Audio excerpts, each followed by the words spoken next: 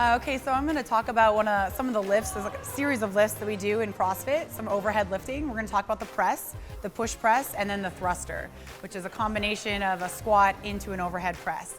The press and overhead lifting in general doesn't get as much attention in some of the power world, a lot of focus on the bench press. Just want to make sure we're all on the same page when we're talking about overhead lifting. This is a safe movement. Your body is naturally designed to go. This is your body's anatomical end range to reach overhead. If you're lacking the ability to do that, or if you don't have strength overhead, it's definitely something to put into your program. And there's a huge carryover to overhead pressing, transferring to bench pressing. There's a huge carryover to Olympic lifting and everything we do in CrossFit with body weight as well. So for the press, what I'm gonna have my athlete do first is work on stance and grip. So go ahead and take the bar out of the rack. What I'm looking for in terms of a stance is that her feet are hip width apart. So not too wide, not as wide as a squat stance, but right under the hips. Feet facing forward, stance is hip width, moving up to the grip. What we need is a full grip, so fingers wrapped all the way around the bar and thumbs on the front side. And we wanna make sure that her elbows are slightly in front of the bar, hands are just outside of her shoulders. The body is gonna be at a full extension of legs and hips. For the press, go ahead and give us a press and reset. The first thing I'm looking for is that the athlete can brace their entire body. Butt is squeezed, legs are straight, abs are on and stay on the entire time. If you notice as she presses, the first thing that happens, she's gonna pull her chin back. And pull that chin back. Now that allows for a straight bar path as she presses, keeping that bar as close to her center line as possible, or what we call the frontal plane, and return. She's again moving her chin back to bring it to the shoulders. Go ahead and rack it. Military press, strict press, whatever you want to call it, foundational movement. What we're looking for most of all is that they can hit that end range and that they're able to stay with arms locked out and with that bar centered directly over their center of their foot.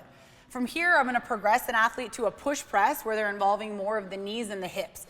Getting more power from the lower body is going to allow for heavier load and a faster, more explosive lift. So for the push press, what I need to introduce now is how we're going to get that power from the hip.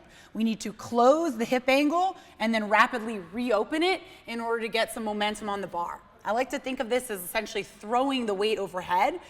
Makes it more of a transfer to some athletes who are new to the movement, but have maybe played sports before, that they're really using the lower body to launch it with their arms.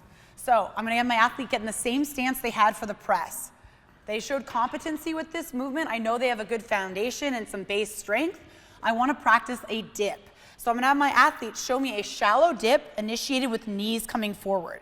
And to stand back up out of that, she's just going to extend the hip and the leg. That dip needs to maintain an upright torso. So again, as she dips, you'll see that her shoulder is stacked directly over the hip and stand. We don't want any forward inclination or leaning back to happen. That is going to make this load feel a lot heavier. We're also going to get much more power from the hips if we're able to keep that right underneath us. What we want from that dip is to now have a very rapid reopening of the hip. So what the cadence is going to be is a down, up. So I'm going to have them slowly dip and quickly open the hip on this next rep, not pressing just yet. And go. So she is controlled dip, quickly reopening, and go.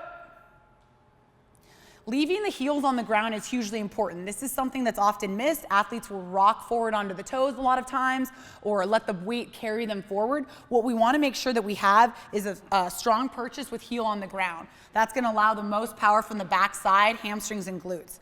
So on this next rep, I'm going to let her finish. After she's opened the hip, then she'll hand off to her arms, pressing the bar all the way overhead. And go. Reset.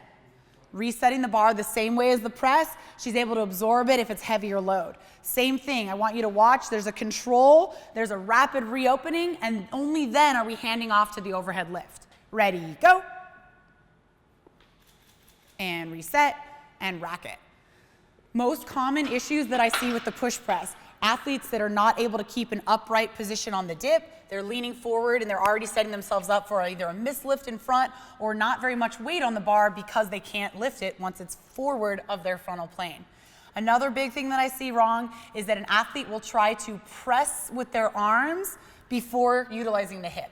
So remember that this is a sequence of events that has to be done in that order. If you have not completely popped that hip open, you're cutting off your power output. The same way as if you went to go throw a baseball, but you don't use your legs and hips, you just use your arms. You're not going to get the kind of power production that you need. So making sure that it's a handoff of quick hip extension to arms. From the push press, what we can do is advance this into a thruster where we're taking the athlete down into a full range of motion front squat, using that same hip drive out of the bottom the way we did with the push press, but now we've got that greater range of motion. So for that, the main compromise I'll have to do is adjusting the stance and a little bit with the grip. I'll have my athlete take the bar out of the rack, possibly with a wider grip need be, but more important is their hand position. Some athletes will be flexible enough to keep their whole hand on the bar and drive the elbows up high enough so that they won't interfere with the legs. Let's look at a front squat. We're going to need a different stance. Feet will be in a squat stance. And from here, in the bottom position of her squat, and squat down, I'll make sure that my athlete is able to keep the elbows away from the knees and stand.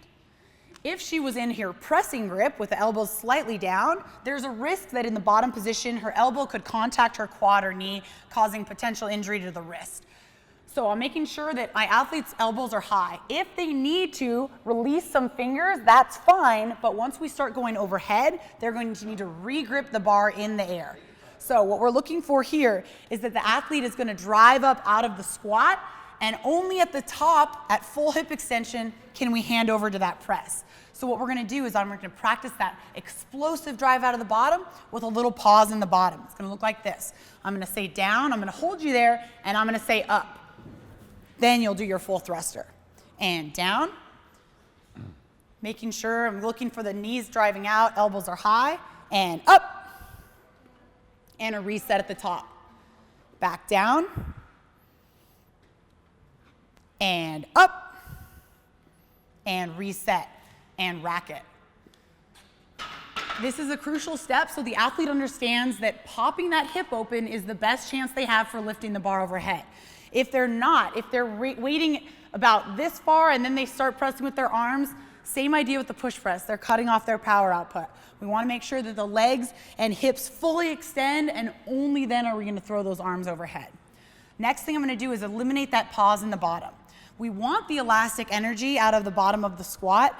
We don't want to hold them down there. I just find that that's a really great place for them to understand the drive and all the explosive power they need. On this next rep, I'm going to have Alex go all the way down to the bottom of the squat and rebound out. So similar to the push press where she loaded and fired, now she's going to be loading and firing herself at a greater range of motion with the hips. So let's take that bar out of the rack.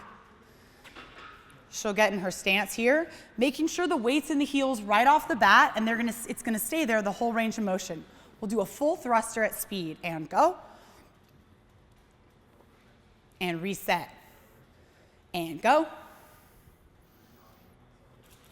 Noticing at the top that we see the bar stacked over the shoulders and over the hips and over the heels, and rock it. So this is a movement that you can do heavy. This is a movement that you could do light for reps. We see it all the time when we're training and when we're competing.